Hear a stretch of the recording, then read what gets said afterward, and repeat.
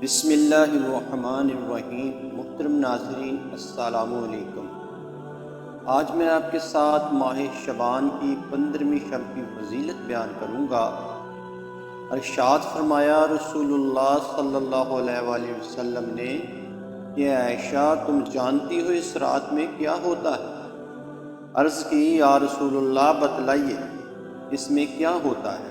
آپ صلی اللہ علیہ وآلہ وسلم نے فرمایا اس رات میں یہ ہوتا ہے کہ آدم علیہ السلام کی اولاد میں سے جو شخص اس سال پیدا ہوگا اور جو اس سال میں مرے گا، اس کا مرنا اور پیدا ہونا لکھا جاتا ہے، اور جو فرشتے ان کاموں پر مقرر ہیں ان کو اطلاع دی جاتی ہے، اور جتنا جتنا رزق مخلوق کو اس برس میں ملے گا سب لکھا جاتا ہے۔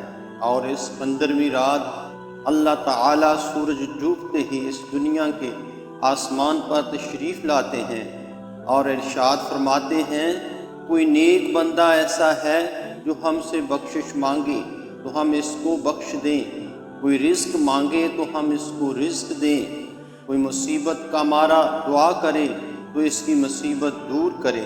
اسی طرح صبح ہونے تک ارشاد فرماتے ہیں بس بندوں کو چاہیے کہ اس رات میں خوب عبادت کریں اور اپنے گناہوں کی کھل کر معافی مانگیں۔ اس رات میں اللہ تعالیٰ اپنی مہربانی سے بے شمار بندوں کو بخشتا ہے، مگر کافر، مشرک اور کینہ رکھنے والے اور قاتل کو نہیں بخشتا۔